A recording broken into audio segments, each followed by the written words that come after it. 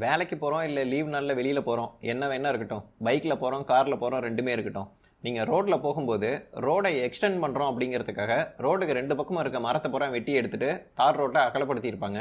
நம்மளுக்கு சின்ன வயசில் ஞாபகம் இருக்கும், ரெண்டு பக்கமும் மரம் முளைச்சி ரோடை வந்துட்டு இந்த மாதிரி ரெண்டு பக்கமும் வந்துட்டு அது கவர் பண்ணியிருக்கும். சுற்றி நிழலில் நம்ம போகிற மாதிரி ஒரு சினரியோ நம்ம பார்த்துருப்போம். அந்த மாதிரிலாம் இல்லாமல் எங்கே பார்த்தீங்கன்னா அப்படி ஒரு பாலைவனம் மாதிரி ஒரு எஃபெக்ட் வரும். ஸோ இந்த மாதிரி டைமில் எங்கடா போயிட்டுருக்கு இந்த உலகம் அப்படின்ற மாதிரி நினச்சிருக்கீங்களா? ரெண்டாவது, நைட்டில் நீங்கள் தூங்கும்போது ஃபேனை ஃபுல் ஸ்பீடில் வச்சு யூஸ் பண்ணுறீங்க அப்படின்னாலும் இந்த சம்மரில் வெயில் தாங்கலைன்னு வச்சுக்கோங்களேன், ஃபேன் ஃபுல் ஸ்பீடில் ஓடும்போதே வேர்த்து விறுவிறுத்து நனைஞ்சு போய் எந்திரிப்போம். அந்த மாதிரி என்றைக்காவது நீங்கள் ஒரு ஃபீல் பண்ணி ஏசி வாங்கியிருக்கீங்களா? இல்லை அந்த பிரச்சனைக்காக ஏசி வாங்க போகிறீங்களா? இல்லை மூணாவது ஒரு சினரியோ, இந்த ஏசி இப்போ வாங்கினா ஐயோ நிம்மதியே இல்லை, ஏசி வாங்கணும்னு நினைக்கிறோம், இந்த இபியில் பில்லு கட்டுற பிரச்சனை அடுத்தது வருமே, 1000 ரூபா வர்ற பில்லு 5000 ரூபா 7000 ரூபான்னு சம்மரில் வருமே அப்படின்னு நினச்சி நீங்கள் ஏசி வாங்குறீங்களா? இந்த 3 ரீசனுக்காக நீங்கள் ஏசி வாங்குறீங்க அப்படின்னா என்னோட எக்ஸ்பீரியன்ஸை நான் உங்ககிட்ட ஷேர் பண்ணிக்கிறேன். 2006 எப்படி ஏசி வாங்குறதுன்றதை பார்ப்போம். Hello all, welcome to another video. இந்த வீடியோ ஸ்டார்ட் பண்ணுறதுக்கு முன்னாடி நான் 10 வருஷமாக ஏசிங்கிறத எப்படி யூஸ் பண்ணிகிட்டு இருக்கேன் அப்படின்ற என்னோட அவுட்லைனை ஃபஸ்ட்டு நான் உங்ககிட்ட சொல்லிடுறேன். இன்வெர்டர் நான் இன்வெர்டர் ஏசின்னு 2 டைப் இருக்குது இல்லைங்களா? நான் ஃபஸ்ட்டு வாங்கினது நான் இன்வெர்டர் ஏசி.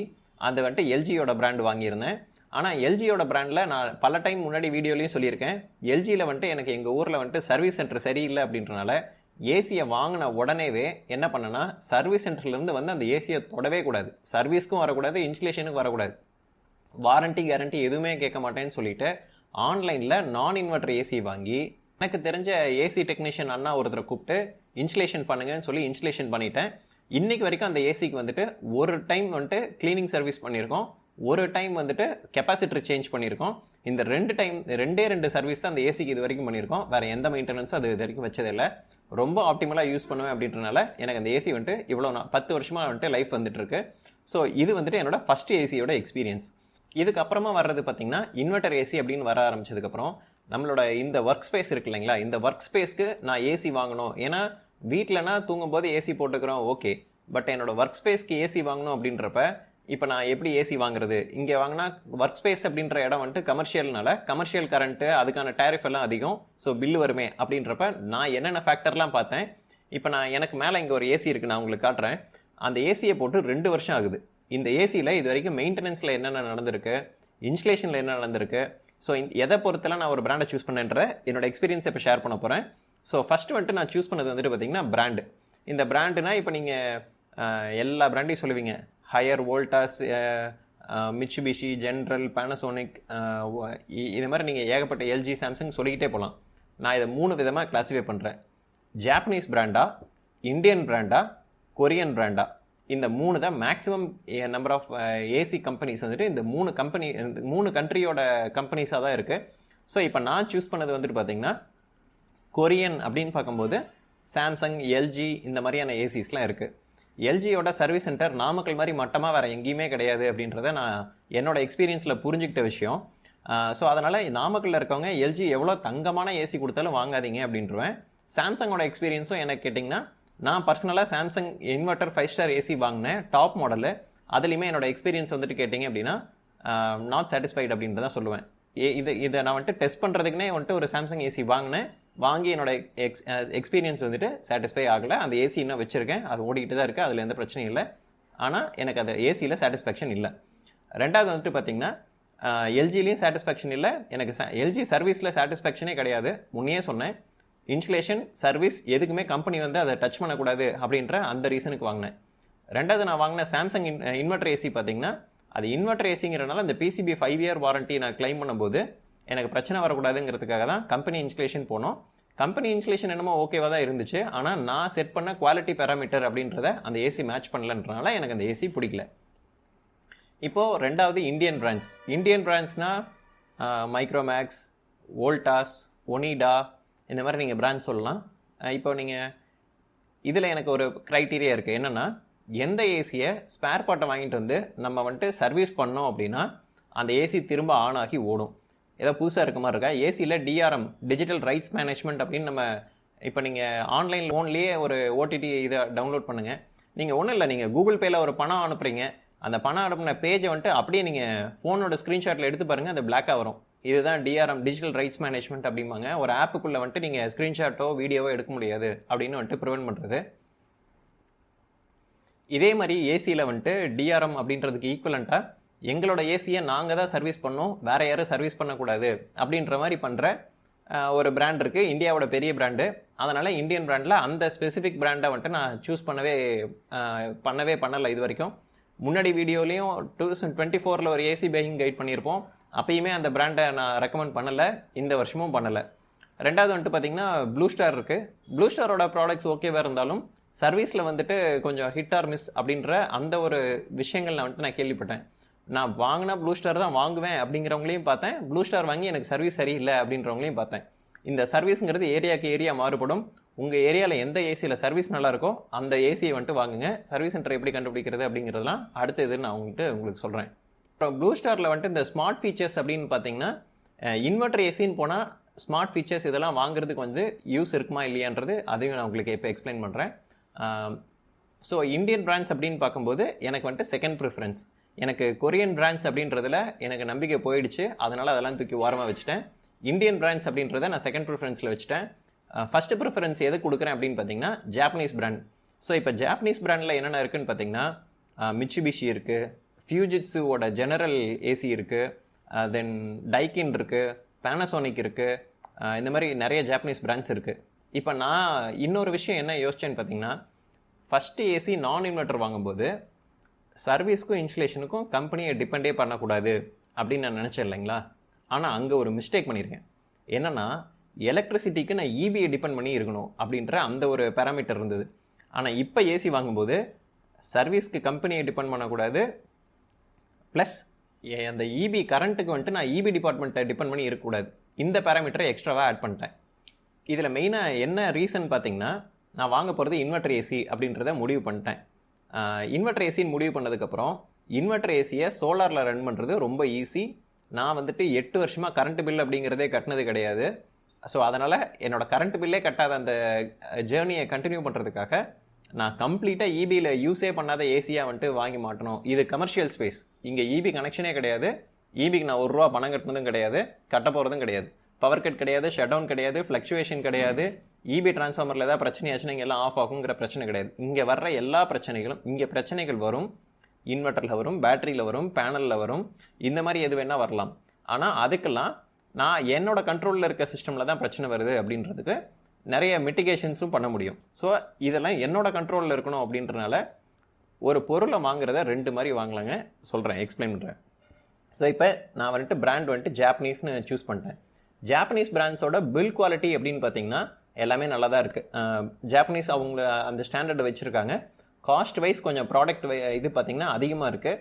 ஸோ இதில் அஃபோர்டபுளான கேட்டகரியில் எது வருதுன்னு பார்த்தீங்கன்னா பேனசோனிக். சோலாருக்கு எது பக்காவாக செட் ஆகுது அப்படின்னு பார்த்தா பேனசோனிக். ஸ்மார்ட் ஏசியில் கிங் அப்படின்னு யாரை சொல்லலான்னு பார்த்தீங்கன்னா அதுவும் பேனசோனிக். மீதி ஜென்ரல், மிட்சுபிஷி, டைக்கின்லாம் பார்த்திங்கன்னா ரொம்ப ரிலையபிள், ரொம்ப ரொபஸ்டான ஏசி. விலை கொஞ்சம் அதிகம், பில் குவாலிட்டி பக்காவாக இருக்கும். நீங்கள் ஒரு அவுட்டோர் யூனிட்டு பேனசோனிக்கையும் டைக்கினையும் ஜென்ரலையும் எடுத்து பார்த்தீங்க அப்படின்னா லீஸ்ட்டாக பேனசோனிக்காக தான் இருக்கும். பட் இந்த டைக்கின், மிட்சுபிஷி வந்துட்டு ப்ராடக்ட் குவாலிட்டியில் சுப்பீரியராக பண்ணுறாங்க, ஆனால் அதே அளவுக்கு விலையும் சேர்ந்து போகுது. ஸோ எனக்கு கொடுக்குற காசுக்கு வேல்யூ ஃபார் மணியாக இருக்கணும், ஸ்மார்ட் ஏசியில் கிங்காக இருக்கணும் அப்படின்றப்ப பேனசோனிக் அப்படின்றத அந்த நேரோ டவுன் பண்ணேன். ஸோ இப்போ பேனசோனிக் சூஸ் பண்ணியாச்சு. இப்போ ரூம் சைஸுக்கு என்ன ஏசி போடணும் அப்படின்ற அந்த பாயிண்ட் வந்தது. இப்போ இங்கே இருக்க ரூம் சைஸ் வந்துட்டு பார்த்திங்கன்னா 12க்கு 22.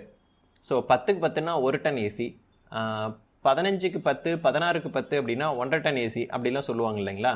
நான் 12க்கு 20 ரூம் சைஸ்க்கு 1 டன் ஏசி போட்டிருக்கேன். அதுவும் வந்துட்டு பார்த்திங்கன்னா 3 ஸ்டார். இப்போ 3 ஸ்டார் 1 டன் ஏசி ஏன் போட்டேன் அப்படின்னு பார்த்திங்கன்னா, எனக்கு மெயினாக வந்துட்டு இந்த ஏசியில் கரண்ட் பில்ங்கிறது வரக்கூடாது, இந்த என்டையர் ஸ்பேஸை கூல் டவுன் பண்ணணும். பெரிய ஸ்பேஸ்க்கு சின்ன ஏசி போட்டால் கூலிங் வராது. இந்த பிரச்சனைகள்லாம் தான் நார்மலாக வந்துட்டு ஷோரூமில் சொல்லுவாங்க. இப்போ இந்த ரூமுக்கு எனக்கு இந்த ஒர்க் ஸ்பேஸில் டைரெக்டாக சன்லைட் படுற ஏரியாங்கிறது ரொம்ப கம்மி. மேலே சன்லைட் பட்டாலும் ஹீட்டை வந்துட்டு ரிஃப்ளெக்ட் பண்ணுறதுக்கு டேம்ப் ப்ரூஃப் பெயிண்ட்டு, அந்த கிளாஸ் ஃபைபர் எலஸ்டோமர் மிக்ஸ் பண்ண கிளாஸ் ஃபைபர் பெயிண்ட்டை வந்துட்டு அப்ளை பண்ணிட்டீங்க அப்படின்னா ஹீட் உள்ளே வர ஹீட் ரிஜெக்ஷன் அதிகமாக இருக்கும். ப்ளஸ் என்னோடய ஏசி வந்துட்டு ரொம்ப ஆப்டிமல் கண்டிஷனில் ரன் ஆக போகுது அப்படின்றப்போ எனக்கு இவ்வளோ பெரிய ரூமுக்கே 1 டன் ஏசி தான் போட்டிருக்கேன். கூலிங் வந்துட்டு சூப்பராகவே இருக்குது. ஃபேனுங்கிறது ஆன் பண்ணவே தேவையும் கிடையாது. ஏசியில் மட்டுமே கம்ப்ளீட்டாக இந்த ரூமை வந்துட்டு கூல் பண்ண முடியுது. 2 வருஷமாக ஓடுதுங்க. இது வரைக்கும் ஒரு பிரச்சனையும் இல்லை, நீட்டாக ரன் ஆகிட்டு இருக்கு. ஸோ இதெல்லாம் ஓட்டினா உங்கள் கம்ப்ரஸர் போயிடும், அதெல்லாம் போயிருப்பாங்க, அதெல்லாம் ஒன்றும் போகாது, நல்லா தான் ஓடிட்டுருக்கு. வந்துட்டு பார்த்தீங்கன்னா ஸ்டார் ரேட்டிங். இப்போ இந்த 3 ஸ்டார் ஏசி 5 ஸ்டார் ஏசி இதெல்லாம் சொல்கிறாங்க இல்லைங்களா. இப்போ நான் எப்படி இதை ஒரு ஏசி வாங்கினப்ப என்ன கன்சிடர் பண்ணேன் அப்படின்னா, என்னோட ஏசி மோஸ்ட்லி பகலில் தான் ஓட போகுது. என் ஒர்க் ஸ்பேஸ் வந்துட்டு நைட் அதிகபட்சம் என்ன ஒரு 8 or 9 o'clock வரைக்கும் யூஸ் பண்ணுவோம் அப்படின்னா எனக்கு வந்துட்டு பேட்டரியில் ரன் பண்ணிக்கலாம். இப்போ நான் நைட்டு 24 hours ரன் பண்ணுறேன் அப்படின்னா 5 ஸ்டார் ஏசி. இல்லை நான் 8 to 10 hours யூஸ் பண்ணுறேன் அப்படின்னா 3 ஸ்டார் ஏசி. 10 hours 10 ஹவர்ஸ்க்கு உள்ளனா 3 ஸ்டார், 10 ஹவர்ஸ்க்கு மேலேனா 5 ஸ்டார். இதுதாங்க வந்துட்டு நான் சூஸ் பண்ணி எனக்கு கேட்டகரைஸ் பண்ண செக்மெண்ட். ஸோ இது எதனாலன்னு பார்த்தீங்கன்னா, ஒரு 10 ஹவர்ஸ்க்கு மேலேனா நம்ம வந்துட்டு 8 hours வந்துட்டு சன்லைட்டில் ரன் பண்ணிடுவோம். ஒரு 2 ஹவர்ஸுங்கிறத வந்துட்டு பேட்டரியில் அப்படி இப்படின்னு மினிமமாக கூட நம்ம வந்துட்டு பேலன்ஸ் பண்ணிட முடியும். 5 ஸ்டார் போனீங்க அப்படின்னா பேட்டரியோட கன்சம்ஷனு ரொம்ப எஃபிஷியண்ட்டாக யூஸ் பண்ணணும். ஏன்னா பேட்டரி விலை அதிகம். நீங்கள் லெட் ஆசிட் ஆகட்டும் லித்தியம் ஆகட்டும், நீங்கள் எந்த பேட்டரிக்கு போனீங்கனாலும் எலக்ட்ரிக் காரில் அதிகபட்ச செலவே பேட்டரியோட செலவாக தான் இருக்குங்கிற மாதிரி இங்கேயும் இந்த ஏசியோட காஸ்ட்டை விட பேட்டரியோட காஸ்ட் அதிகமாக போயிடக்கூடாது அப்படின்றதுக்காக சொல்கிறேன். ஏசி 5 ஸ்டார் வாங்குறதுனால பேட்டரியோட செலவு உங்களுக்கு கம்மியாகும். இல்லை நான் சோலாருக்கே போகல, நான் இபிலே யூஸ் பண்ணிக்கிறேன். இப்போ 5 ஸ்டார் ஏசி 1.5 டன் ஏசியை நீங்கள் ஆன் பண்ணுறீங்க, 1180 வாட்ஸ் தாங்க கரண்ட்டே எடுக்கும். இதே நீங்கள் வந்துட்டு 3 ஸ்டார் ஏசியை ஆன் பண்ணீங்க அப்படின்னா 1600 வாட்ஸ் வரைக்கும் வந்துட்டு 1600லேருந்து 1700 வாட்ஸ் வரைக்கும் கரண்ட் எடுக்கும். ஸோ இப்போ இந்த டிஃபரன்ஸில் 300லேருந்து 500 வாட்ஸ் வரைக்கும் டிஃபரன்ஸ் வரும். ஸோ இப்போ இந்த 500 வாட்ஸ் கரண்ட்டுக்கும் நீங்கள் தான் பில் கட்ட போகிறீங்க. சம்மரில் நீங்கள் நான் ஸ்டாப்பாக ஏசி யூஸ் பண்ணுறீங்க அப்படின்றப்போ எனக்கு தெரிஞ்சு நீங்கள் 7000 ரூபா உங்கள் கரண்ட் பில் தாண்டுது அப்படின்றப்போ நீங்கள் அதில் வந்துட்டு ஒரு 1000 ரூபா நீங்கள் மீதி பண்ணிங்கன்னா 4 பில்லுக்கு 4000 ரூபா நீங்கள் மீதி பண்ணிங்கனாவே இந்த ஏசியோட டிஃபரன்ஸ் அமௌண்ட்டை நீங்கள் வாங்கிடலாம். ஸோ இப்போ நான் ஏன் இந்த ஆஃபீஸ்க்கு 3 ஸ்டார் ஏசி போட்டேன்னு பார்த்தீங்கன்னா, டே டைமில் அதிக யூசேஜ். இப்போ அந்த 4000 ரூபா நான் எக்ஸ்ட்ரா கொடுத்து நான் இன்வெர்டர் ஏசியில் 3 ஸ்டாருக்கு 5 ஸ்டாருக்கும் ப்ரைஸ் டிஃப்ரென்ஸ் பார்த்தீங்கன்னா 5800 ரூபா இருந்துச்சு. அந்த 5800 ரூபாயை நான் என்ன பண்ணிட்டேன்னா 5 ஸ்டார் ஏசிக்கு போடாமல் சோலார் பேனலில் செலவு பண்ணிட்டேன். ஸோ அதனால் ஒரு நாளைக்கு 4 மணி நேரத்துக்கான கரண்ட்டை அடுத்த 15 வருஷத்துக்கு அந்த பேனல்லேருந்து நான் எடுத்துக்க முடியும் அப்படின்றப்போ அதை நான் ஏசிக்கு செலவு பண்ணாமல் பேனலில் செலவு பண்ணிட்டேன். ஆனால் இது கரெக்டானு கேட்டிங்கன்னா தப்பு. ஆக்சுவலாக நான் என்ன பண்ணியிருக்கணும்னா அந்த 5 ஸ்டார் ஏசியை போட்டு ஏசி வந்துட்டு பேட்டரியில் ரொம்ப நேரம் ஓடுற மாதிரி பண்ணியிருந்தால் பெட்டராக இருக்குமே அப்படின்றத நான் நிறைய டைம் ஃபீல் பண்ணியிருக்கேன். ஸோ என்னை பொறுத்த வரைக்கும் பணம் கம்மியாக வேணும், என்னோடய யூசேஜ் வந்துட்டு டே டைமில் மட்டும்தான் சாலிடாக இருக்க போகுது, நான் சோலாரை டிபெண்ட் பண்ணி இருக்க போகிறேன் அப்படின்னீங்கன்னா 3 ஸ்டார் போங்க. அஃபோர்ட் பண்ண முடியுமா, டைரெக்டாக 5 ஸ்டார் போயிடுங்க. 5 ஸ்டாரில் அஃபோர்ட் பண்ணுறதுல நிறைய 5 ஸ்டாரில் ஒரு மாடல் எடுத்திங்கன்னா 1.5 டன் 5 ஸ்டார் இல்லை 1 டன் 5 ஸ்டார்னு எடுத்துக்கிட்டிங்கன்னா அதுலேயே 5-6 மாடல் இருக்கும்.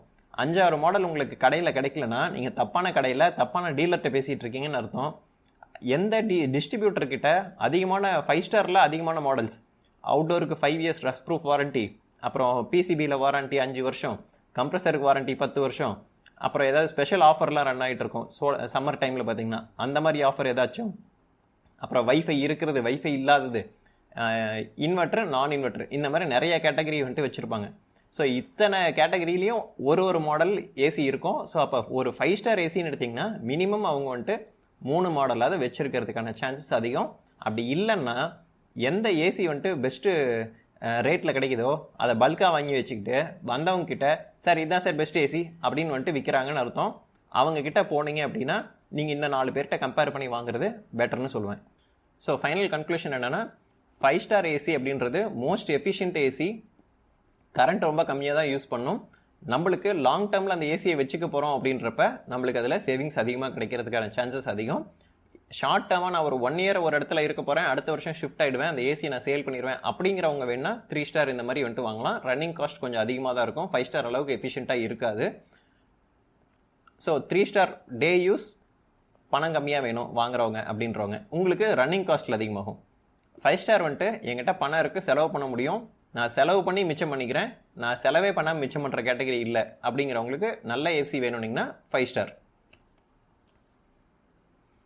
அடுத்த கேட்டகரி என்ன சொல்கிறேன் அப்படின்னு பார்த்தீங்கன்னா cost of product versus cost of ownership. ஒரு ஏசி ஒரு 1 டன் வாங்குறீங்க, ஒரு 30,000 ரூபான்னு வச்சுக்கோங்க.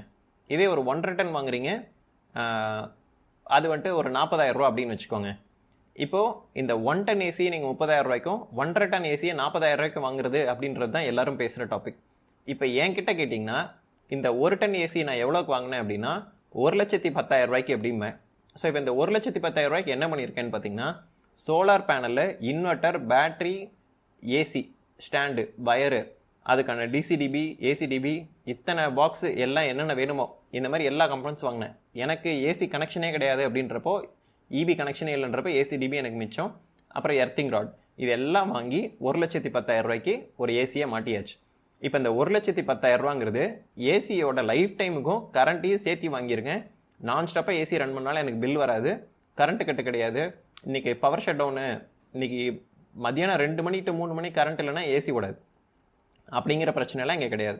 நான் ஸ்டாப்பாக ஏசி ஓடும், ஸ்டெபிளைசர் வாங்குகிற காஸ்ட் மீதி, கரண்ட் கட் அன்னைக்கு ஏசி ஓடும்.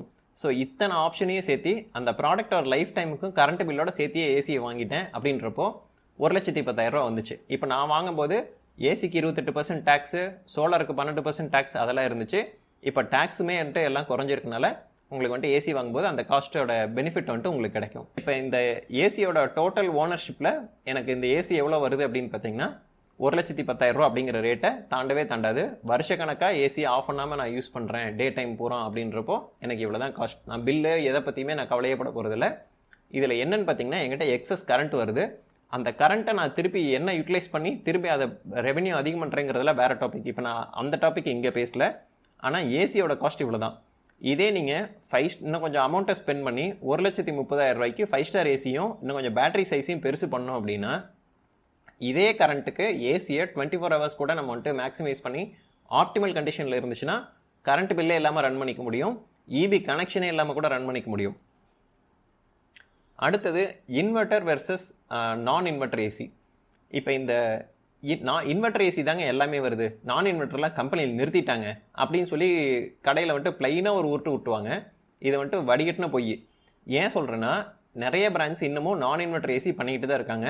பேனசோனிக்லேயே நான் இன்வெர்ட்டர் ஏசி நான் கேட்குற டிஸ்ட்ரிபியூட்டர்கிட்ட எல்லா டைமுமே வந்துட்டு அவங்க இருக்குதுன்னு தான் சொல்லியிருக்காங்களே தவிர நான் இன்வெர்ட்டர் ஏசியே இல்லை சார் அப்படின்னு அவங்க சொன்னதே கிடையாது. எல்லா டைமுமே நான் இன்வெர்ட்டர் ஏசி இன்னமும் கிடைக்குது. உங்களுக்கு வேணும்னா நீங்கள் கேட்டு வாங்கிக்கலாம். நான் வாங்குகிற டிஸ்ட்ரிபியூட்டர்கிட்ட அந்த ப்ராடக்ட் வந்துட்டு கிடைக்குது. ரெண்டாவது பார்த்திங்கன்னா இன்வெர்ட்டருக்கும் நான் இன்வெர்ட்டருக்கும் சர்வீஸ் பண்ணால் இன்வெர்ட்டரில் சர்வீஸ் வேலை வச்சதுன்னா போர்டு செலவு கண்ணா பின்னாடி ஆயிரும் அப்படிம்பாங்க. இன்வெர்ட்டர் ஏசியை 5 இயர்ஸ் வாரண்ட்டி கொடுக்குறாங்க. 5 இயர்ஸ் வாரண்ட்டி இருக்கும்போது அந்த ஏசியோட மதர் போர்டு வந்துட்டு ஒரு 12,000 ரூபான்னு வச்சுக்கோங்க. அந்த 5 இயர்ஸில் அந்த போர்டு போயிடுச்சுன்னா என்ன கேட்டால் அந்த 5 இயர்ஸ்க்கு அப்புறம் அந்த போர்டை மாற்றுறது வந்துட்டு பெஸ்ட்டு தான். ஏன்னா அந்த அடுத்த 12,000 ரூபா கொடுக்கும்போது அந்த கம்பெனிக்கிட்ட நீங்கள் செலவு பண்ணுறப்போ பில்லை வாங்குங்க, ஜிஎஸ்டி பில்லை போட்டு வாங்குங்க. அவங்க கொடுக்குற ஸ்பேருக்கு அவங்க வாரண்ட்டி கொடுத்தாகணும். ஸோ வாரண்ட்டி கொடுக்குறாங்க அப்படின்றப்போ அது அனதர் ஒரு ஃபியூ இயர்ஸ் அந்த ஏசி ஓடுது அப்படின்றப்போ நம்ம காஸ்ட்டை வந்துட்டு ஆல்மோஸ்ட் ரெக்கவர் பண்ணிடுவோம். அப்போ இன்வெர்ட்டர் ஏசியில் வந்துட்டு சர்வீஸ் அதிகம் அப்படின்ற அந்த பாயிண்ட்டை வந்துட்டு என்னால் ஒத்துக்க முடியல. ஏன்னா லாங் வாரண்ட்டி கொடுக்குறாங்க. 5 வருஷம் அப்படின்றது வந்துட்டு பெரிய வாரண்ட்டி. 5 வருஷம் நான் ஏசியை வந்துட்டு சம்மரில் மட்டும் 1 மாதம் நைட்டு மட்டும் 1 மணி நேரம் போட்டு யூஸ் பண்ணிவிட்டு ஆஃப் பண்ணேன், எனக்கு சீக்கிரம் போயிடுச்சு அப்படின்னிங்கன்னா அப்போ நீங்கள் சொல்கிறது கரெக்டு. நான் சொல்கிற மாதிரி ப்ராடக்டோட ஓனர்ஷிப்பே நீங்கள் வாங்கிட்டீங்க, அந்த ப்ராடக்டோட என்டையர் லைஃப் டைமே நீங்கள் வந்துட்டு உங்கள் கண்ட்ரோலில் வச்சுருக்கீங்கன்றப்ப எதுக்குங்க சம்மரில் ஏசி ஆஃப் பண்ணணும்? போட்டு விட்டு நீங்கள் பாட்டுக்கு ஒரு குழுன்னு இருக்க வேண்டாம், எரிச்சல் இல்லாமல் இருக்கிற அளவுக்கு டெம்பரேச்சர் வச்சுட்டு விட்டுருங்க. இந்த மாதிரி வச்சுருக்கணுன்னா ஆக்சுவலாக பார்த்தீங்கன்னா ஒரு பெரிய பணக்காரரை ஒரு வீட்டில் ஜென்செட் வச்சுருக்காரு அப்படின்னா அவர் என்ன கம்ஃபர்ட்டுக்கு இருக்க முடியுமோ நம்ம சாதாரணமாக நம்மளாலையுமே அதை விட பயங்கர கம்ஃபர்ட்டில் இருப்போம். சார் உங்கள் வீட்டில் கூட ஜென்செட்டை நீங்கள் கரண்ட்டு போனதுக்கப்புறம் ஜென்செட் ஆன் பண்ணுறதுக்கு உங்களுக்கு 5 நிமிஷம் ஆகும், எங்களுக்கு அது கூட ஆஃப் ஆகாதுங்கன்னு அவங்கள விட ஒரு ஸ்டெப் அதிகமான கம்ஃபர்ட்லேயே இருப்போம். ஸோ அதனால் எனக்கு தெரிஞ்சு இன்வெர்ட்டர் ஏசியில் பெருசாக செலவுன்றது வைக்கிறது அப்படின்னா நீங்கள் கம்ஃபர்ட்டாக யூஸ் பண்ணும்போது அந்த கம்ஃபர்ட்டுக்கு அது ஒர்த்து தான் அப்படின்னு சொல்லி நான் சொல்லுவேன். உங்களோட சாய்ஸ் என்ன அப்படின்றத கமெண்ட்டில் சொல்லுங்கள். அடுத்து வந்துட்டு வாரண்ட்டி. இந்த வாரண்ட்டி அப்படின்றதில் கம்பெனி ஆக்சுவலாக நிறைய டைம் வந்துட்டு வாரண்ட்டி கொடுக்க ட்ரை பண்ணுறாங்க. இந்த சர்வீஸ் சென்டர் இருக்குது பார்த்தீங்களா, நம்பர் 1க்கும் 1ஆம் நம்பருக்குமான வித்தியாசம் வந்துட்டு இவனுங்கிட்ட தான் நீங்கள் வந்து பார்க்கவே முடியும். மட்டமான நிறைய பேரை பார்த்துருக்கேங்க. இதில் கம்பெனி சரியாக இருக்கும், சர்வீஸ் சென்டர் மட்டமாக இருக்கும். இப்போ கம்பெனியில் ஸ்பேரை வந்துட்டு வாரண்டியில் கிளைம் பண்ணி வாங்கிட்டு நம்மக்கிட்ட வந்துட்டு மாற்றிட்டு பில்லை அமௌண்ட் வாங்கிட்டு போயிடுவானுங்க. கம்பெனியில் ஃப்ரீயாக பண்ணி கொடுன்னு சொன்னதை வந்துட்டு சார் இது வாரண்டியில் வராது சார் அப்படின்னு ஒரு பிட்டை போடுவானுங்க. நீங்கள் நம்பிட்டிங்கன்னா காசை பிடிங்கிடுவாங்க. எல்லா வேலையும் சர்வீஸ் சென்டர் வந்துட்டு பண்ணுவானுங்க. இதில் நல்ல சர்வீஸ் சென்டர் எங்கேயாவது இருந்து நீங்கள் அவங்கக்கிட்ட போய் சர்வீஸ், ஏன்னா இப்போ நீங்கள் தமிழ்நாடுன்னு எடுத்துக்கிட்டிங்கன்னா தமிழ்நாடுங்கிறதே பெரிய பெரிய ஒரு லேண்ட்மாஸ். இப்போ நீங்கள் இந்தியான்னு எடுத்துக்கிட்டிங்கன்னா இந்தியாங்கிறது வந்துட்டு ஒரு சப்கான்டினென்ட். இதில் எத்தனை சர்வீஸ் சென்டர் இருக்கும், எத்தனை பிராண்டுக்கு இருக்கும், அவங்க என்ன குவாலிட்டி சர்வீஸ் கொடுப்பாங்க நீங்கள் நான் தெரிஞ்சிக்கவே முடியாது. எவன் அதில் சர்வீஸ் சென்டரில் இன்றைக்கெலாம் ஆள் பிரச்சனை, வேலைக்கு ஆள் கிடைக்கலங்கிற பிரச்சனை, ஸ்கில் இல்லைங்கிற பிரச்சனைனால என்ன குவாலிட்டியில் ஒரு ஸ்டாஃப் அனுப்புவாங்க அப்படின்ற அந்த இதுவும் பார்த்திங்கன்னா உங்களோட கண்ட்ரோலில் இருக்கவே இருக்காது. சர்வீஸ் சென்டர் கண்ட்ரோல்லே நிறைய டைம் இருக்கிறது இல்லை. இதை வந்துட்டு நான் வர வர ரொம்ப கவனிச்சிட்ருக்கேன். அந்த சர்வீஸ் செக்மெண்ட்டோட ஃபால் அப்படிங்கிறது ஸ்டார்ட் ஆகிடுச்சின்னு முன்னாடியே ஒரு வீடியோ சொல்லியிருப்பேன். இதே பாயிண்ட்டை தான் சொல்லியிருக்கேன். ஆனால் இப்போ நான் என்ன பண்ணேன் அப்படின்னு பார்த்தீங்கன்னா, எனக்கு வாங்கும்போது எல்லாருக்கிட்டையுமே ஃபஸ்ட்டு வந்துட்டு ஃபோன் பண்ணி பேசினேன். பேசிட்டு என்ன பண்ணேன்னா, டேரெக்டாக ஏசி வாங்காமல் ஃபஸ்ட்டு அந்த டிஸ்ட்ரிபியூட்டர்கிட்ட டேரெக்டாக போயிட்டு நான் உங்ககிட்ட ஒரு டீலர்ஷிப் வாங்கிக்கிறேன். ஏசியை நான் வாங்கி யூஸ் பண்ணி பார்த்துட்டு எனக்கு ஓகேவாக இருந்தால் என்கிட்ட கேட்குறவங்களுக்கு இந்த ஏசியை நான் சேல் பண்ண போகிறேன். எனக்கு வந்துட்டு கரெக்டான சர்வீஸ் கொடுக்கணும். உங்கள் காஸ்ட் என்னவோ அதை கேட்டு வாங்கிக்கிங்க, அதை பற்றி எனக்கு கவலை கிடையாது. சர்வீஸ் கரெக்டாக இருக்கணும், இந்த டேர்ம்ஸ் கரெக்டாக இருக்கணும், அப்புறம் நான் சொல்கிற மாதிரி தான் இன்ஸ்டலேஷன் பண்ணணும் அப்படின்னு சொல்லி வாங்கினப்போ டிஸ்ட்ரிபியூட்டர்ஸ் வந்துட்டு எனக்கு யாருன்னு வந்துட்டு ஷார்ட் லிஸ்ட் பண்ணுறது ரொம்ப ஈஸியாச்சு. நிறைய டிஸ்ட்ரிபியூட்டர்கிட்ட பேசி 2 பேரை ஃபைனல் பண்ணி அதில் ஒருத்தர்கிட்ட வாங்கினேன். இதுக்கப்புறம் என்ன பண்ணோன்னு பார்த்தீங்கன்னா, அந்த சர்வீஸ் சென்டர் இது சொன்னேன் இல்லைங்களா, எனக்கு வந்தது நம்பர் 1 இல்லை, 1ஆ நம்பரு. அந்த 1ஆ நம்பர் என்னென்ன வேலையெல்லாம் பண்ணாங்க அப்படின்றத நான் உங்களுக்கு காட்டுறேன். ஆனால் இதில் வந்துட்டு சர்வீஸ் சென்டர் தான் சரியில்லை. ஆனால் அந்த சர்வீஸ் சென்டரில் வேலை செய்கிற டெக்னீஷியன்ஸ் எல்லாமே சூப்பரான டெக்னீஷியன் அப்படின்ற அந்த எக்ஸ்பீரியன்ஸ் எனக்கு இருந்துச்சு. ஸோ இப்போ இதெல்லாம் எப்படி அப்புறமா ஓவர் கம் பண்ணோம். 2 வருஷத்தில் வந்துட்டு இது வரைக்கும் ஏகப்பட்ட ஏசிஸ் வந்துட்டு நம்ம தெரிஞ்சவங்களுக்காக வாங்கி இன்ஸ்டலேஷன் பண்ணோம். இப்போ நான் எப்படி யூஸ் பண்ணுறேனோ அதே யூசேஜ் வந்துட்டு அங்கே கொண்டாந்தோம். ஸோ இதிலலாம் நிறைய எக்ஸ்பீரியன்ஸ் இருக்குது. ஸோ இப்போ இதை நான் வந்துட்டு உங்களுக்கு இந்த மேலே இருக்க அந்த ஏசியவே காட்டுறேன் பாருங்கள். ஒரு கடைசியாக ஒரு ரோல் கொடுக்குறேன், அதை பாருங்கள். அப்போ இந்த சர்வீஸ் சென்டரை பொறுத்து தான் வாரண்ட்டி அப்படின்றப்போ கம்பெனிக்கும் நம்மளுக்கு நடுவில் இந்த சர்வீஸ் சென்டர் இருக்குது பார்த்தீங்களா, அது அந்த எல்ஜிலாம் கேட்டிங்கன்னு வச்சுக்கோங்களேன், வேணாம் வீடியோவில் வேணான்னு விட்டுறேன். பேசினேன்னா அவ்வளோதான். அந்த இதெல்லாம் நாமக்கல்லாம் அவனுங்களெல்லாம் இந்திய ராணுவத்துக்கு தான் அவனுங்க ஜிபிஎஸ் கோஆர்டினேட் அனுப்பணும். இங்கே ஏதாவது அடுத்து ஏதாவது பண்ணிங்கன்னா இங்கே போட்டு டெஸ்ட் பண்ணுங்க அப்படின்னு சொல்லிடுவேன். அந்தளவுக்கு மட்டமாக இருக்கும். ஸோ இப்போ இதை இவ்வளோ வந்துட்டு இது பண்ணுற அளவுக்கு அவங்க என்ன பண்ணுறாங்கன்னு பார்த்தீங்கன்னா, இது வந்துட்டு பார்த்திங்கன்னா இந்த வாரண்ட்டி அப்படின்றது இந்த இதில் இருக்குது இல்லைங்களா, இதில் இந்த ஸ்கேம்ஸ் நிறைய நடக்கும். எங்கன்னு பார்த்தீங்கன்னா, ஃபஸ்ட்டு வந்துட்டு உங்ககிட்ட சேல் பண்ணுறாங்க இல்லைங்களா, அந்த சேல் பண்ணுற சேல்ஸ் பர்சன் வாயில் எனக்கு தெரிஞ்சு உண்மை வர்றது வந்துட்டு ரொம்ப ரொம்ப கம்மியாக வரும். நல்ல சேல்ஸ் பர்சன் இருக்காங்க, அவங்கக்கிட்ட போய் கேட்டிங்கன்னா, சார் இதெல்லாம் சார் டீட்டெயில் இப்படி தான் சார் வேலை செய்யும், இந்த மாதிரி வேலை செய்யும் சார் அப்படிங்கிறவங்க நாலேஜபிள் பீப்புள் இப்போல்லாம் வராங்க. ஆனால் இதில் அந்த ரொம்ப நிறைய வால்யூம் சேல் பண்ணாங்கன்னு வச்சுக்கோங்களேன், அவங்களுக்கு வந்துட்டு சேல்ஸ் கமிஷனுங்கிறது கிடைக்கும். ஒரு ஷோரூமுக்கு போகிறீங்க, வாங்குறீங்க, ஏதோ ஒரு ஷோரூம், அங்கே இருக்க மேனேஜரை விட அந்த ஒரு ஏசி, டிவி இல்லை ஏர் கூலர் இதை சேல் பண்ணுற சேல்ஸ் பர்சன் வந்துட்டு இன்சென்டிவ்னு ஒன்று வாங்குவாங்க. எப்படின்னா, அதிக பிஸ்னஸ் கொடுத்தாங்கன்னா ஒரு ஏசிக்கு 1000 ரூபா எக்ஸ்ட்ரா இன்சென்டிவ் அப்படின்னு சொல்லி ஒரு கம்பெனி கொடுக்கும். இன்னொரு கம்பெனி 1200 கொடுக்கும், இன்னொரு கம்பெனி 1500 கொடுக்கும். 1500 கொடுக்குற கம்பெனி தான் சார் நல்ல கம்பெனி அப்படின்னு ஒருட்டா உருட்டிடுவானுங்க. அந்த ஏசியில் என்னென்ன ட்ராபேக் இருக்குது, எந்த நாலேஜுமே இருக்கிறதுக்கான வாய்ப்புகள் ரொம்ப கம்மி. இந்த பிராண்டில் வேலை செஞ்சேன் சார், 5 வருஷம் எக்ஸ்பீரியன்ஸு, உங்கள் பிராண்டில் ஒரு 1000 ரூபா சம்பளம் சேர்த்து கொடுத்தீங்கன்னா உங்கள் கம்பெனி வந்துடுறேன் சார் அப்படின்னு கம்பெனியாக ஸ்விட்ச் பண்ணியிருப்பாங்க. சேல்ஸ் பர்சனுக்கு டெக்னிக்கல் நாலேஜ் இருக்குமான்னு கேட்டிங்கன்னா, என்ன கேட்டால் பெரிய கொஸ்டின் மார்க். நீங்கள் 100ல் ஒரு 10 பேரை கண்டுபிடிச்சிட்டிங்கன்னா நீங்கள் பெரிய திறமைசாலி அப்படின்னு சொல்லுவேன். ஸோ இந்த சேல்ஸ் அவங்க என்ன சொல்லி விற்கிறாங்க அப்படின்ற அந்த என்ன கேட்டால் இந்த இடத்துல டெக்னிக்கல் அப்படின்றது தாங்க இருக்கணும். அதாவது இந்த டெக்னிக்கல் சப்போர்ட்டுன்னு இருக்கு இல்லைங்களா, அவங்க வந்து சேல்ஸ் பண்ணாங்கன்னா என்ன கேட்டால் பெட்டராக இருக்கும். சேல்ஸ் பீப்புள் சேல்ஸ் பண்ணாங்க அப்படின்னா நான் அதுக்கு மேலே பேசிக்க விரும்பலை. இதுக்கு மேலே நீங்களாச்சு சேல்ஸ் பர்சன் ஆச்சு, அவ்வளோதான். அடுத்து வந்துட்டு பார்த்திங்கன்னா, ஒரு ஏசியை வாங்கிட்டீங்க, வீட்டுக்கு கொண்டாந்தாச்சு. இன்ஸ்டலேஷன் பண்ணுறப்போ இதில் வந்துட்டு இந்த சர்வீஸ் ஆத்தரைஸ்டு சர்வீஸ்ன்னு இருக்கு இல்லைங்களா, அவங்க யாராவது வந்து இன்ஸ்டலேஷன் பண்ணுவாங்க. இப்போ நீங்கள் நான் பீக் டைமில் வாங்குறீங்க, இப்போ அர்ஜென்ட்டெல்லாம் இல்லை, சர்வீஸ் சென்டர் ஃப்ரீயாக தான் இருக்குது. இப்போ நீங்கள் கேட்குற மாதிரி குவாலிட்டியாக அவங்களால வந்துட்டு இன்ஸ்டலேஷன் பண்ணி கொடுக்க முடியும். ஆனால் இங்கே அவங்களுக்குமே சிக்கல் கொடுக்குறது நம்மளா இருப்போம். ஏன்னு பார்த்தீங்கன்னா, பீக் சம்மரில் போயிட்டு ஏசியே டிமாண்டில் இருக்கும்போது நம்ம ஒரு ஏசியை வாங்கிடுறது.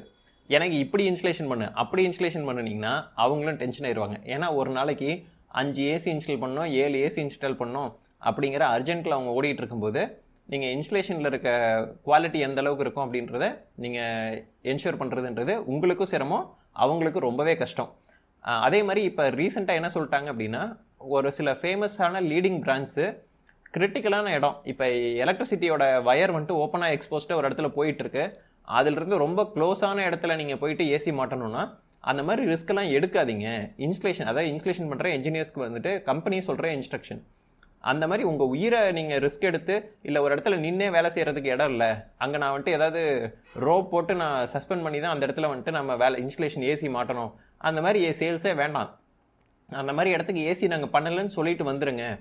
அந்த சேல்ஸ் போனால் அந்த இதை வந்துட்டு நாங்கள் கம்பெனி வந்துட்டு அந்த இடத்துல என்ன இதானாலும் பரவாயில்ல, அந்த சேல்ஸை தயவு செஞ்சு உயிருக்கு ரிஸ்க் எடுத்து பண்ணாதீங்க அப்படின்னு சொல்லி கம்பெனி சொல்லியிருக்குன்றது என்ன கேட்டால் நல்ல விஷயம்.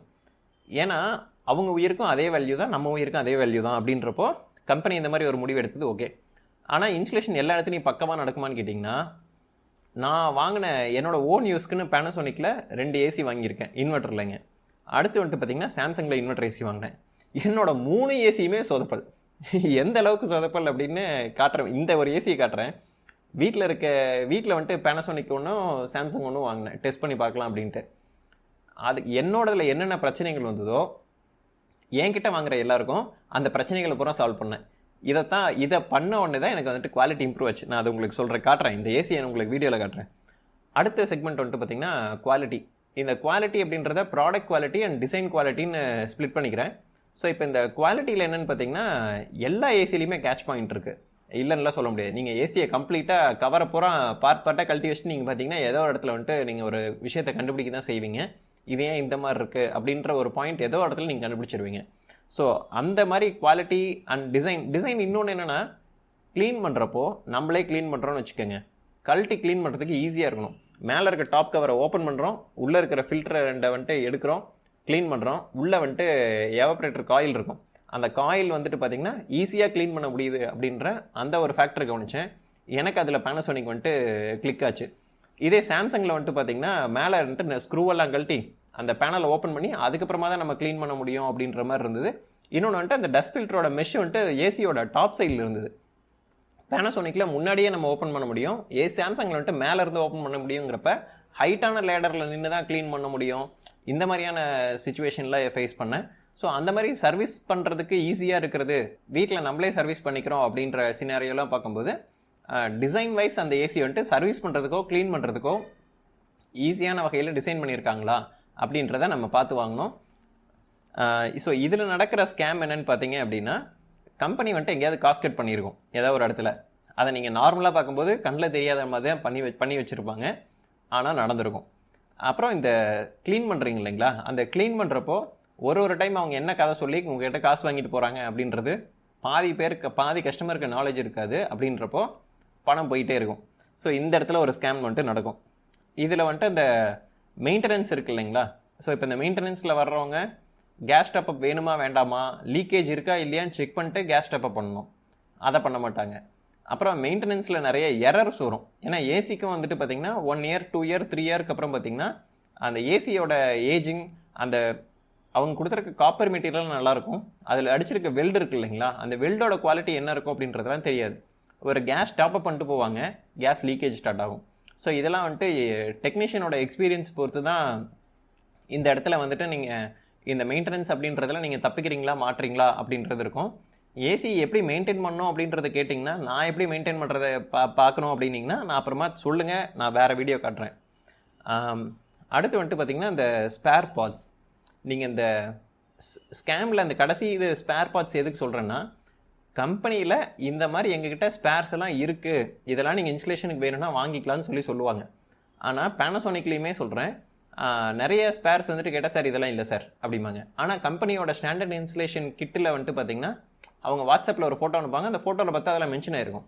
ஸோ ஒரு சில சர்வீஸ் சென்டரில் அது இருக்குது, ஒரு சில சர்வீஸ் சென்டரில் அது இல்லை. ஸோ அந்த மாதிரியான விஷயங்கள்லாம் பார்த்திங்கன்னா ஹிட் ஆர் மிஸ் அப்படின்ற அந்த ஒரு இது நடக்கும். அப்புறம் முக்கியமாக காமனாக எல்லோரும் ஏமாறுற ஒரு செக்மெண்ட் எங்கேன்னு பார்த்தீங்கன்னு வச்சுக்கோங்களேன், அந்த இன்ஸ்டலேஷன் சார்ஜஸ் வரும்னு சொல்லுவாங்க இல்லைங்களா. ஒரு சில பிராண்ட் அதை ஃப்ரீயாக பண்ணுவாங்க, ஒரு சில பிராண்ட் வந்து இன்ஸ்டலேஷனுக்கு இப்போ ஒரு இவ்வளோ அமௌண்ட்டு ப்ளஸ் டேக்ஸ் அப்படின்னு சொல்லி போடுவாங்க. இப்போ பேனசோனிக்கு நான் இது வரைக்கும் வாங்கின நிறைய டைம் என்ன ஃபேஸ் பண்ணியிருக்கோம் அப்படின்னா, கம்பெனியில் வந்துட்டு ஜிஎஸ்டி பில்லை கொடுங்கன்னு நான் கேட்பேன். எதுக்குன்னா 1420 சம்திங் இந்த மாதிரி தான் வந்துட்டு பார்த்தீங்கன்னா ஒரு 1420 1450 அந்த மாதிரி பில் வரும். இதை நீங்கள் பில்லை வாங்காமல் கஸ்டமர் பே பண்ணாங்கன்னு வச்சுக்கோங்களேன், 1500 சார் அப்படின்ட்டுருவாங்க. 1500 கஸ்டமர் அனுப்புனாங்கன்னா அதுக்கு பில்லு வராது, ஒன்றும் வராது, எடுத்து கம்முன்னு வச்சுட்டு உட்காந்துக்குவாங்க. ஸோ இப்போ அந்த இடத்துல ஒரு 100 எக்ஸ்பென்ஸ் அதிகமாக போகுது அப்படின்ற இந்த 100 காஸ்ட் ஆஃப் ஓனர்ஷிப்பை கால்குலேட் பண்ணிங்கன்னா எங்கெங்கெல்லாம் பணம் போகுதுன்றது ஈஸியாக தெரியும். அப்படின்றப்ப இதை கண்டுபிடிச்சோம். ஜிஎஸ்டி பில்லை வாங்குறப்போ கம்பெனி சொன்ன ரேட்டை தான் அவங்க பில் பண்ணணும் அப்படின்றப்போ நம்மளுக்கு வந்துட்டு ஈஸியாக தெரிஞ்சிடும். நிறைய டைம் வந்துட்டு இந்த ஜிஎஸ்டி பில்லுன்னு ஒன்று கொடுத்துட்டு கையில் எழுதி கொடுப்பாங்க. அதே நீங்கள் வந்துட்டு ஒரு ஜிஎஸ்டி நம்பரை கொடுத்து ஜிஎஸ்டி கிளைம் பண்ணுறீங்கன்னா கம்ப்யூட்டர் பில்லும், கிளைம் பண்ண மாட்டாங்க சாதாரண கஸ்டமர்னால் அவர் கம்ப்யூட்டர் பில்லும் கொடுப்பாங்க. இந்த இடத்துலையுமே ஏதோ ஒரு உள்குத்து இருக்குது, அது என்னென்னு கண்டுபிடிக்கணும். ஸோ அதை வந்துட்டு நம்ம பின்னாடி வேறு ஒரு வீடியோக்கு ஒரு டாப்பிக்காக வச்சுக்கலாம். ஸோ இதெல்லாம் தான் காமனாக ஏசி வாங்கும்போதோ மெயின்டெனன்ஸ்லேயோ நடக்கிற ஸ்கேம்ஸ். ஸோ இந்த ஸ்கேமில் எல்லாத்துலேயும் தப்பிக்க முடியுமான்னிங்கன்னா நான் வாங்கின 3 ஏசிலையுமே நான் மாட்டியிருக்கேன். ஸோ இது கொஞ்சம் சிரமமான வேலை. நீங்கள் இந்த நாலேஜை கெயின் பண்ணிக்கிட்டீங்க அப்படின்னா முடிஞ்ச வரைக்கும் அந்த ஃப்ரிக்ஷனை குறைச்சிக்க முடியும் அப்படின்றதான் என்னோட அவுட்கம். ஆனால் இப்போ நான் வாங்கி கொடுத்த ஏசிஸ்லாம் பார்த்தீங்க அப்படின்னா இப்போ நம்மக்கிட்ட ஆன்லைனில் அப்பாயின்மெண்ட் போட்டு பேசுகிறாங்க இல்லைங்களா, அவங்ககிட்டையுமே கிளியராக சொல்லுவேன், சார் பக்கத்தில் இருந்து பாருங்கள், இந்தந்த பேராமீட்டரை கவனிங்க, இந்த மெட்டீரியல்லாம் முன்னாடியே வாங்கி வச்சுக்கோங்க, அதை யூஸ் பண்ண சொல்லுங்கள், இதெல்லாம் கஸ்டமர்கிட்ட சொல்லுவேன். அதெல்லாம் வந்துட்டு தம்பி இதுக்கு ஒரு 500 எக்ஸ்ட்ரா ஆகுதுப்பா, அதுக்கு அவங்களே அதை கொண்டு வந்துட்டோம், ஏதோ ஒன்று நல்லதாக தானே கொண்டு வருவாங்க, சொல்ல முடியாது. ஏன்னா ஒரு சர்வீஸ் சென்டர் ஒரு மாதிரி இருக்குது, ஒரு ஊர்லங்கிறப்ப நம்மளால் எதையுமே சொல்ல முடியாது. அப்படின்றப்போ அதில் நிறைய சிக்கல் வரும். முடிஞ்ச வரைக்கும் இதை ஃபாலோ பண்ணாங்கன்னா ஓவராலாக கொஞ்சம் எக்ஸ்பீரியன்ஸ் வந்துட்டு பெட்டராக இருக்கும் அப்படின்றதான் என்னோட அவுட்கம். இதில் நான் இது வரைக்கும் கவனித்தது. அதுக்கு அடுத்தது வந்துட்டு பார்த்திங்கன்னா இந்த எக்ஸ்ட்ராஸ்னால் என்னென்னா ஏசியில் என்ன வரும் என்ன வராது, நம்ம எதை வாங்கி கொடுக்கணும், அப்புறம் எதெல்லாம் யூஸ் பண்ணால் பெட்டராக இருக்கும் அப்படின்றது தான். இப்போ பவர் கேபிள் வந்துட்டு டிஃபால்ட்டாக ஏசியில் வரலன்னா சர்வீஸ் சென்டரில் அவங்க வரதுக்கு முன்னாடியே 3 கோர் ஒயரு நீங்களே வந்துட்டு பவர் சப்ளை கொடுக்கறதுக்கு ஒரு பிட்டை வாங்கி வச்சுக்கிறதுங்கிறது ஃபஸ்ட்டு. ரெண்டாவது, இந்த ஏசியோட அவுட்லைன் பைப் இருக்குது இல்லைங்களா, அந்த பைப்பில் வர்ற ஸ்லீவ் நல்லா இருக்கான்னு பாருங்கள். நல்லா இல்லைன்னா புது ஏசி மாட்டும் போது அந்த ஸ்லீவை கழட்டி எரிஞ்சிட்டு வேறு ஸ்லீவை வந்துட்டு மாட்டிக்கோங்க. மூணாவது, ட்ரெயின் பைப் வந்துட்டு ஏசியில் ஒரு சர்டன் லிமிட்டுக்கு தான் கொடுப்பாங்க, அந்த ட்ரெயின் பைப்புக்கான எக்ஸ்டென்ஷனும் முன்னாடி வாங்கி வச்சுக்கிறது பெஸ்ட். அடுத்தது, ஏசிக்கு வந்துட்டு கவர் ஏதாவது வேணும் அப்படின்னிங்கன்னா அந்த மாதிரியான ஆஸ்பெக்ட் நீங்கள் ரொம்ப நாள் யூஸ் பண்ணாமல் வச்சுருக்க போகிறீங்கன்னா கவரை செக் பண்ணிவிட்டு ஆன் ஆஃப் பண்ணிக்குவீங்க. அப்படின்றப்போ நீங்கள் கவர் கூட வாங்கிக்கலாம். அவுட்டோர் யூனிட்டோட ஸ்டாண்ட் வந்துட்டு பிராண்டடாக வாங்கினீங்கன்னா விலை அதிகமாக இருக்கும். அதில் மெயினாக என்ன கவனிக்கணும்னா, பிராண்ட் வந்துட்டு galvanised iron powder coated stand use பண்ணாங்க அப்படின்னா அதுக்கு நீங்கள் என்ன அமௌண்ட்டு செலவு பண்ணுறீங்கன்னு பார்த்துக்குங்க. நீங்கள் வெளியில் ஆன்லைனில் எதாவது வாங்குறீங்க அப்படின்னா அவங்க ஸ்டீல்லையோ இரும்புலையோ பண்ணி பெயிண்ட் அடித்து கொடுத்துருக்காங்க அப்படின்னா ஸ்க்ராட்ச் ஆகாமல் பார்த்துக்கணும். ஸ்க்ராட்ச் எங்கேயாவது வருது இல்லை ஏதாவது பபுள் ரெஸ்ட் வருதுன்னா உடனே நீங்கள் அதை தேய்ச்சி விட்டு ஒரு பெயிண்ட் அடிச்சிருவீங்க அப்படின்னா நீங்கள் அந்த மாதிரி 350 ஸ்டாண்டு வாங்கி நீங்கள் பணத்தை மீதி பண்ணலாம். அப்படி இல்லைன்னா பிராண்டோட ஸ்டாண்ட்லாம் வாங்கினீங்கன்னா 1000 1500 வர்றதுக்கு கூட சார்ஜஸ் வந்துட்டு போகிறதுக்கு வாய்ப்பு இருக்குது. ஸோ இதெல்லாம் ஸ்டாண்டோட காஸ்ட் மட்டும். அடுத்து வந்துட்டு நட்ஸ் அண்ட் போல்ட்ஸ். அந்த அவுட்டோர் யூனிட் ஸ்டாண்டில் அவுட்டோர் யூனிட்டை வச்சு லாக் பண்ணுறாங்க இல்லைங்களா, அதுக்கு வந்துட்டு நட்டு போல்ட்டுங்கிறத கம்பெனி கொடுத்தாங்கன்னா ஓகே, இல்லை ஸ்டாண்டு வாங்குறப்போ ஸ்டாண்டில் கொடுப்பாங்க. இது ரெண்டுமே இல்லைனா நீங்கள் வந்துட்டு பிராஸ்லேயோ ஸ்டெயின்லெஸ் ஸ்டீல்லையோ நீங்கள் வந்துட்டு நட்டை நீங்களே வாங்கி வச்சுக்கலாம். அந்த ஏசிக்கான சைஸு சொல்லி கேட்டிங்கன்னா சொல்லுவாங்க. அந்த நட்டை வந்துட்டு நீங்கள் காம்போவாக வாங்கி வச்சுக்கிட்டீங்க அப்படின்னா அந்த நட்டு துருப்பிடிச்சு உங்களோட அவுட்டோர் யூனிட் துருப்பிடிக்க ஆரம்பிக்குது அப்படிங்கிற அந்த மாதிரி பிரச்சனைகளெல்லாம் அவாய்ட் பண்ணிக்கலாம். ப்ளஸ் அந்த நட்டு போகிற இடத்துல வந்துட்டு நம்ம ரப்பர் புஷ்ஷை வந்துட்டு யூஸ் பண்ணலாம். இது வந்துட்டு நீங்கள் ஆன்லைனில் இருக்க ரப்பர் புஷ் தான் யூஸ் பண்ணணும் அப்படின்றது இல்லை. நீங்கள் வந்துட்டு ரப்பர் நார்மலாக இருக்க நல்ல குவாலிட்டியான ரப்பர் நீங்கள் எந்த ரப்பரை வேணால் யூஸ் பண்ணிங்கனாலும் டேம்பனிங் வந்துட்டு ஓரளவுக்கு நல்லா. அடுத்து, இந்த ஏசியோட இன்டோர் யூனிட் அவுட்டோர் யூனிட் டிஸ்டன்ஸாக இருக்குது அப்படின்னா நீங்கள் யூஸ் பண்ணுற எக்ஸ்ட்ரா காப்பர் பைப்பு, அதுக்கு வர்ற கேபிள், இதெல்லாம் வந்துட்டு நீங்கள் எக்ஸ்ட்ரா தேவைப்படும்னா வாங்கிக்கிறது பெஸ்ட்டு. ப்ளஸ் அந்த ஏசியை உள்ளே கனெக்ட் பண்ணும்போது பார்த்தீங்கன்னு வச்சுங்களேன், வயரை கம்பெனியில் வந்துட்டு ப்ரீ கிரிம்டாக வயர் கொடுத்துருப்பாங்க. நம்ம கொடுக்குற பவர் கேபிள் என்ன பண்ணுவாங்கன்னா முறுக்கி வளைச்சி வச்சு அப்படியே ஸ்க்ரூ போட்டு விடுவாங்க. அதை வந்துட்டு நீங்கள் கனெக்டர் போட்டு போடுறதுங்கிறது என்ன கேட்டால் கொஞ்சம் பெட்டராக இருக்கும் அப்படின்னு சொல்லுவேன். எப்படின்னா மெயின்டெனன்ஸுக்கு ஈஸியாக இருக்கும். நீங்கள் எதாவது கழட்டுறீங்க அப்படின்றப்போ அது ஈஸியாக இருக்கும். லூஸ் கான்டாக்ட் வர்றதுக்கான சான்சஸ் கம்மியாக இருக்கும். நீங்கள் வந்துட்டு ப்ராப்பரான கனெக்ஷனை என்ஷூர் பண்ணிக்க முடியும். ஸ்டெபிளைசர் அப்படின்றது நான் என்னோட எந்த ஏசிக்குமே ஸ்டெபிளைசர் யூஸ் பண்ணலை. ஏன்னா என்னோட கரண்ட்டில் ஃப்ளக்சுவேஷன் அப்படின்றதுக்கான சான்சஸ் ரொம்ப கம்மி, வரதுக்கு ஆல்மோஸ்ட் க்ளோஸ் டு நில் அப்படிங்கிற ரீசன்னால் நான் ஸ்டெபிளைசருங்கிற காஸ்ட்டு நான் யோசிக்கல. Total product of cost of ownership அப்படின்னு பார்க்கும்போது எனக்கு ஸ்டெபிளைசருங்கிறது ஒரு தேவையில்லாத காஸ்ட்டு, அதனால் ஸ்டெபிளைசரை தூக்கிட்டேன். உங்கள் ஏரியாவில் அதிகமான ஃப்ளக்சுவேஷன் இருக்குது அப்படின்னா நீங்கள் அப்போ நல்ல குவாலிட்டி ஸ்டெபிளைசர் யூஸ் பண்ணிக்கிறது அப்போ பெட்டரு. அப்படி இல்லைன்னா ஸ்டெபிளைசர் தேவையில்லை. ஸோ இதெல்லாம் தாங்க. ஸோ என்னோட சாய்ஸ் அப்படின்றது வந்துட்டு நான் பேனசோனிக் வச்சேன். ஸோ இப்போ என்னோடய ஏசியை நான் உங்களுக்கு வீடியோவில் காட்டுறேன். இது வரைக்கும் இந்த ஏசி ஏப்ரல் 2024 இந்த ஏசியை மாட்டினோம். இப்போ 26 ஆகிடுச்சு. இது வரைக்கும் ஒரே ஒரு டைம் கூட இதில் வந்துட்டு வாட்டர் சர்வீஸுங்கிறது பண்ணதே கிடையாது. ஏசியோட இன்டோர் யூனிட்டில் ஃபில்டரை ஒரே ஒரு டைம் தான் க்ளீன் பண்ணியிருக்கேன். அதுக்கப்புறம் இப்போ இந்த ஏசி தினமும் தான் ஓடிக்கிட்டு இருக்கு. ஸோ இப்போ இந்த ஏசி ஓடுறது வந்துட்டு எப்படி இருக்குது அப்படின்றத உங்களுக்கு நான் ஓப்பன் பண்ணி காட்டுறேன். இந்த ஏசியில் எனக்கு என்ன விபூதி அடித்தாங்க அப்படின்றதையும் காட்டுறேன் வாங்க. ஸோ இப்போ இங்கே பாருங்கள், இதுதான் நம்மளோட ஏசி. ஸோ இப்போ இந்த ஏசியை வந்துட்டு ஓப்பன் பண்ணி பார்ப்போம்.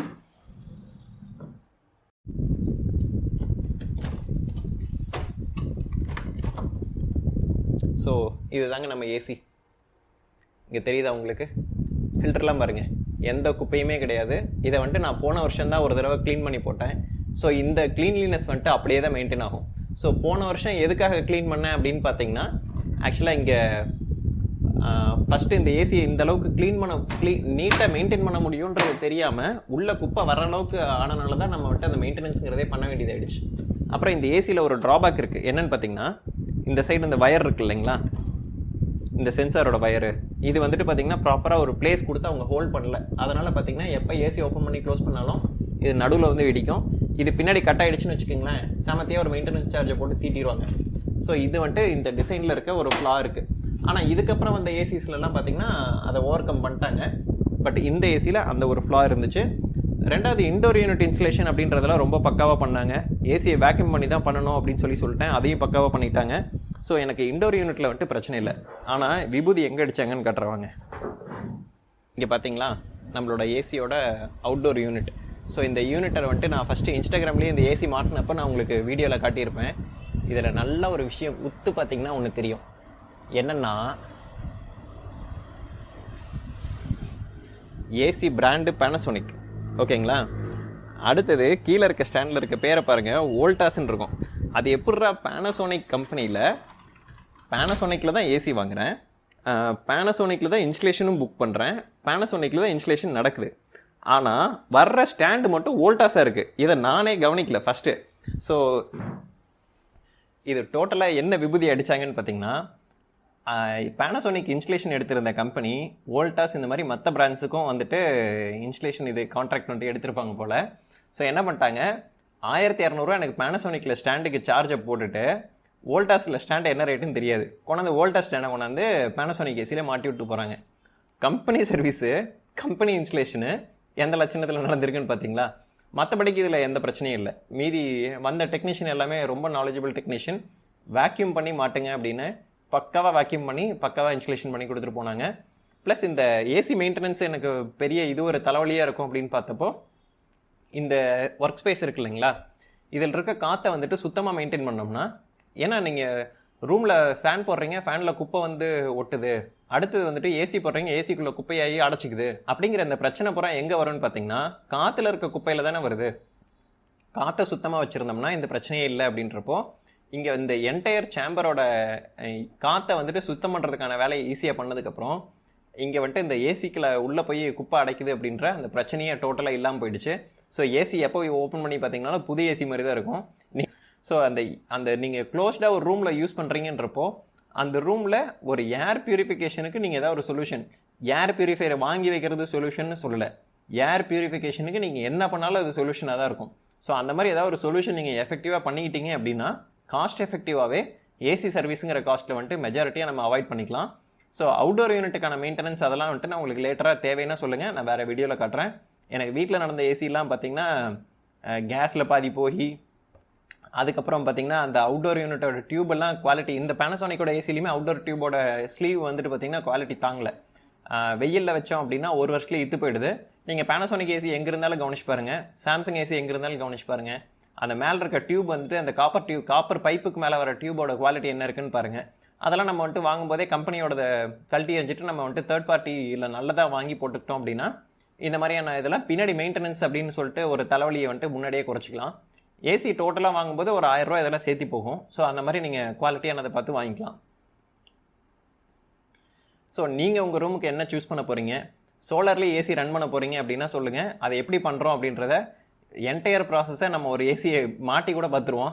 ஏன்னா இன்றைக்கி வேணும்னா சொல்லுங்கள், அது ஒரு தனி வீடியோவாகவே பண்ணலாம். ஒரு பைசா செலவில்லாமல் ஏசியை ரன் பண்ணிடலாம். ஏசியோட லைஃப் டைமுக்கு சம்மர் பூரா நான் ஸ்டாப்பாக ஏசி ஓட்டலாம். இதெல்லாம் பண்ணோம் அப்படின்னிங்கன்னா சொல்லுங்கள், ஒரு வீடியோவில் காட்டுறேன். என்னென்ன காம்பனண்ட் வாங்கணும், எவ்வளோ செலவாகுது, எல்லாத்தையுமே பார்ப்போம். தேவைப்பட்டால் சொல்லுங்கள். ஸோ உங்களுக்கு வேறு ஏதாவது கொஸ்டின்ஸ், டவுட்ஸ் இருந்ததுன்னா சொல்லுங்கள். ஆன்லைனில் வாங்கலாமா கடையில் வாங்கலாமா அப்படின்னு கேட்டிங்கன்னா, நாலேஜபிள் பர்சனாக இருந்தாங்க அப்படின்னா உங்களுக்கு அந்த நாலேஜ் தேவைப்படுது அப்படின்றப்போ நீங்கள் போய் கடையில் ஒருத்தட்ட பேசி வாங்குறது பெட்ரு. நீங்கள் ஆன்லைன்லேயே வாங்குறீங்கனாலும், இப்போ அமேசான், ஃப்ளிப்கார்ட் எதில் வாங்கினீங்கனாலும் அவங்க கஸ்டமர் கேருக்கு ஃபோன் பண்ணி கேட்டிங்கன்னா ஓரளவுக்கு அவங்க பதில் சொல்கிறதுக்கான சான்சஸும் அதிகம். ஸோ நான் சூஸ் பண்ண பிராண்ட் Panasonic நிறைய பேருக்கு வாங்கி கொடுத்த நிறைய பேருக்குமே வந்துட்டு பார்த்திங்கன்னா நல்ல எக்ஸ்பீரியன்ஸ் இருந்தது. ஹிட் ஆர் மிஸ் இருக்குது. ஒரு 10% வந்துட்டு பார்த்திங்கன்னா பிரச்சனைகளை ஃபேஸ் பண்ணுறோம். என்னென்னா நம்ம ஒன்று சொல்லுவோம், சர்வீஸ் சென்டர்லேருந்து ஒன்று சொல்லுவாங்க, யார் சொல்கிறத நம்புறது அப்படின்னா, இப்போ நம்ம சொல்கிறத கரெக்டாக இதுதான் சொல்கிறோம், இதுக்கு ரீசனுக்கு சொல்கிறோன்னு சொல்கிறோம். ஸோ அந்த மாதிரி கஸ்டமர் கேட்டு கரெக்டாக அந்த இன்ஸ்ட்ரக்ஷனை ஃபாலோ பண்ணிக்கிட்டாங்க அப்படின்னா ஒரு பெட்டரான எக்ஸ்பீரியன்ஸ் வந்துட்டு கொடுக்க முடியும் அப்படின்ற அந்த ரிசல்ட்டை வந்துட்டு அச்சீவ் பண்ணோம். ஆனால் இது வரைக்கும் கொடுத்ததில் எல்லா ஏசியுமே ஆல்மோஸ்ட் சோலாரில் ஓடுற மாதிரி தான் கொடுத்துருக்கோம். ஈபிங்கிற வயரே டச் பண்ணல அப்படிங்கிற சினாரியோவில் தான் அந்த ஏசியை மாட்டியிருக்கோம். ஸோ இதனால் கார்பன் எமிஷன் குறைச்சிருக்கோம், இபியில் டிபெண்டன்சி குறைச்சிருக்கோம், ஏசியில் வர பிரச்சனைகளை குறைச்சிருக்கோம், வோல்டேஜ் ஃப்ளக்சுவேஷன், இந்த மாதிரி நம்மளுக்கு நேச்சுரலாக வர்ற இந்த மாதிரியான பிரச்சனைகள், நேச்சுரல் கெலாமிட்டிஸ்னால வர பிரச்சனைகள், அந்த மாதிரியானதை நிறைய குறைச்சிருக்கோம். ஸ்டெபிளைசர் காஸ்ட் இல்லாமல் பண்ணியிருக்கோம். டோட்டல் ஓனர்ஷிப் காஸ்ட் பில் அதிகமாக வரும்னா நீங்கள் கவலைப்பட தேவையில்லை, ஏசி ஃப்ரீயாக தான் ரன் ஆகுது அப்படின்ற அந்த ஒரு ஸ்டெபிலிட்டி கொடுத்துருக்கோம். ஸோ இந்த மாதிரிலாம் பண்ணும்போது இது ஒரு பிஸ்னஸாக அப்படின்னு நம்ம கன்சிடர் பண்ணோம் அப்படின்னா, இதை யாரோ ஒரு பிஸ்னஸாக பண்ணாங்கன்னா ஓகே. பட் நம்ம வந்துட்டு மெயின் ஸ்ட்ரீமாக இதை வந்துட்டு நிறைய ஏசி விற்கணும் அப்படின்னு நம்ம ட்ரை பண்ணுறதும் கிடையாது, அதுக்கு எஃபோர்ட் போடுறதும் கிடையாது, அதுக்கு விளம்பரம் பண்ணுறதோ செலவு பண்ணுறதோ ஒரு சிங்கிள் விசிட்டிங் கார்டு கிடையாது, பிஸ்னஸ் பேம்ப்ளெட் கிடையாது, ஒன்றும் கிடையாது. நம்மளை தெரிஞ்சவங்க கேட்குறாங்க, இப்போ நான் பண்ண மாதிரி பண்ணிக்கிறாங்கன்னா நீங்களே போய் பண்ணிக்கங்க. அப்படி பண்ணிக்கிறேன்னாங்கன்னா ஏதாவது டவுட்னா மட்டும் என்கிட்ட கேளுங்க, அப்பாயின்மெண்ட் போடுங்க, நேரில் வந்து பேசுங்க. That's something else. நீங்களே பண்ண ட்ரை பண்ணுங்கள். ஏன்னா நீங்களே பண்ணும்போது தான் செலவு ரொம்ப கம்மியாகுது. செலவை குறைக்கணும்னு நினச்சிங்கன்னா நீங்களாக பண்ணுறது பெஸ்ட். அப்படி இல்லைன்னா நீங்கள் அப்பாயின்மெண்ட் போடுங்க, ஹெல்ப் கேளுங்க. எனக்கு தெரிஞ்ச நாலேஜை நான் உங்களுக்கு ஷேர் பண்ணுறேன். அப்பயும் திரும்ப நீங்களே தான் பண்ண போகிறீங்க. நல்லாயிருக்கும், ஜாலியாக இருக்கும். ஸோ உங்களுக்கு ஏதாவது டவுட் இருக்குது அப்படின்னா நீங்கள் வந்துட்டு கமெண்ட்டில் கேளுங்க. ஏதாவது ஏசி ஆன்லைனில் இப்போ ஏதாவது மாடல்ஸ் இருக்குது, அதுக்கான அஃபிலியேட் லிங்க் வேணும்னா இந்த வீடியோ கீழே இருக்கும். உங்களுக்கு தேவைன்னா கிளிக் பண்ணி வாங்கிக்கிங்க. இல்லைனா நெட்டில் நீங்களே போய் தேடி, இல்லை ஏஐயில் ஏதாவது நீங்கள் சர்ச் பண்ணி கூட நல்லா தேடிட்டு வாங்குங்க. இந்த மாதிரியான காமன் மிஸ்டேக்ஸ் நடக்காமல் பார்த்துக்கோங்க. வேறு ஏதாவது வேணும்னா வீடியோவில் கமெண்ட்டில் சொல்லுங்கள். நான் உங்களுக்கு அப்புறமா அடுத்த வீடியோவில் நான் எக்ஸ்பிளைன் பண்ணுறேன். இல்லை கமெண்ட்டுக்கு மோஸ்ட்லி ரிப்ளை பண்ணுவேன். செக் பண்ணி பார்ப்போம். I hope this helps. Thank you.